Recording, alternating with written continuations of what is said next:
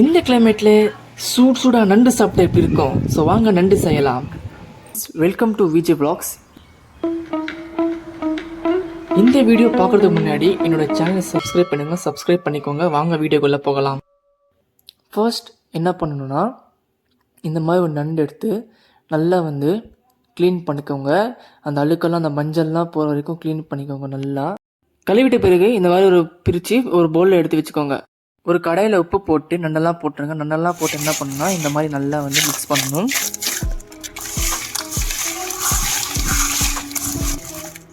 உப்புல நல்லா மிக்ஸ் பண்ணிட்டு பிறகு என்ன பண்ணணும்னா, 2 பவுல் எடுத்துக்கோங்க. ஒன்று நண்டு கழுவுறதுக்கு, இன்னொன்று கழுவு நண்டு எடுத்து வைக்கிறதுக்கு. ஸோ இந்த மாதிரி கழுவிட்டு என்ன பண்ணணும்னா, அந்த பவுலில் எடுத்து வச்சுருங்க ஒன்றா. அவ்வளோதான். இப்போ நம்ம மசாலா தான் செய்ய போகிறோம். ஸோ அதுக்கு என்ன பண்ணணும்னா, பட்டையை போட்டுக்கோங்க. பட்டை போட்ட பிறகு 2 லவங்கம் போட்டுக்கோங்க. அது போட்டுட்டு பிறகு என்ன பண்ணுறீங்கன்னா, மிளகு போடுங்க. மிளகு போட்டுட்டு பிறகு என்ன பண்ணணும்னா, காஞ்ச மிளகாய் போடுங்க. காஞ்ச மிளகாய் போட்ட பிறகு சிறு வெங்காயம் கட் பண்ணி உள்ளே போடுங்க.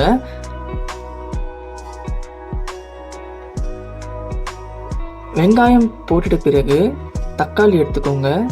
3 தக்காளி எடுத்துக்கோங்க, இல்லைனா 2 தக்காளி எடுத்துக்கோங்க. நாங்கள் 2 தக்காளி எடுத்துக்கணும். இந்த மாதிரி கட் பண்ணி அந்த ஜாருக்குள்ளே போட்டுடுங்க. தக்காளி போட்ட பிறகு என்ன பண்ணுறீங்கன்னா, ஒரு கைப்பிடி பூண்டு எடுத்து அதில் ஆட் பண்ணிவிடுங்க. பூண்டு போட்ட பிறகு தேங்காய் எடுத்துக்கோங்க. தேங்காயை நல்லா அந்த மாதிரி கட் பண்ணி அந்த ஜாருக்குள்ளே போட்டுருங்க. தேங்காய் ஆட் பண்ணிட்ட பிறகு கொத்தமல்லி எடுத்துக்கோங்க. கொத்தமல்லி இந்த மாதிரி கட் பண்ணி உள்ள போட்டுங்க. கொத்தமல்லி போட்ட பிறகு இஞ்சி பூண்டு பேஸ்ட் போட்டுக்கோங்க. அதுக்கப்புறம் உப்பு போட்டுக்கோங்க. அதுக்கப்புறம் மிக்சியில செட் பண்ணிக்கிடுங்க. இந்த மாதிரி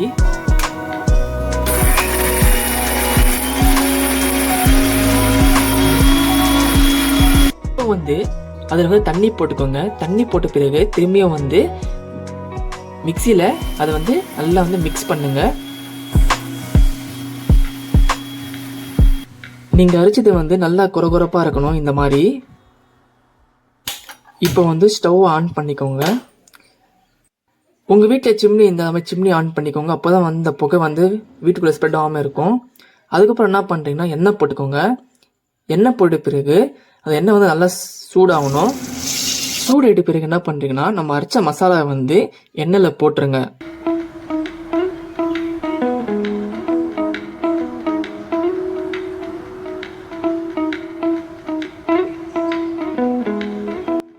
மசாலா எண்ணெயில் போட்ட பிறகு என்ன பண்ணோன்னா, நல்லா அந்த எண்ணெயில் நல்லா மிக்ஸ் பண்ணுங்க அந்த மசாலாவை.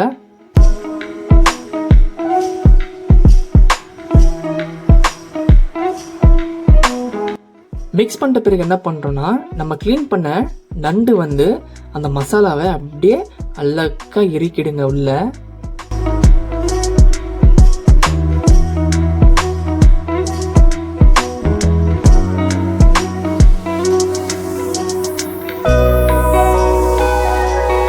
நண்டு போட்ட பிறகு என்ன பண்ணுன்னா, அந்த மசாலாயும் நண்டையும் நல்லா மிக்ஸ் பண்ணுங்க.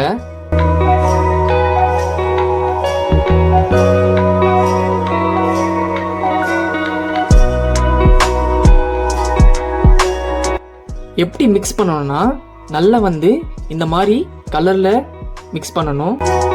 அதுக்கப்புறம் அந்த ஜார்ல இருக்கும் இல்லையா, அந்த மசாலாவில் தண்ணி போட்டு அந்த கடையில போட்டுருங்க. அதுக்கப்புறம் என்ன பண்ணுறீங்கன்னா, உப்பு போட்டுக்கோங்க. உப்பு போட்ட பிறகு நல்லா மிக்ஸ் பண்ணுங்க.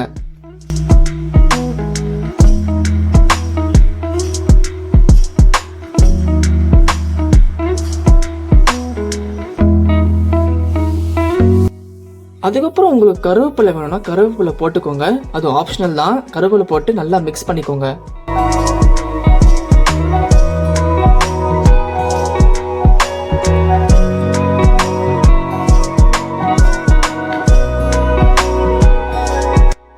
அங்கே தனியாக இருக்கு இல்லையா, அதை நல்லா ட்ரை ஆகணும். அப்போ தான் அந்த கிரேவி ஃபார்ம் ஆகும்.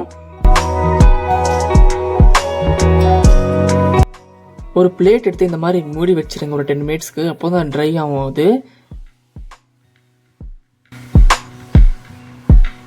பார்த்தீங்களா, நல்லா அந்த கிரேவி ட்ரை ஆகிட்டு இருக்குது. இதுக்கப்புறம் ஃபைனல் என்ன பண்ணோன்னா, கொத்தமல்லி கட் பண்ணிக்கோங்க. கொத்தமல்லி கட் பண்ணிட்டு என்ன பண்ணணும்னா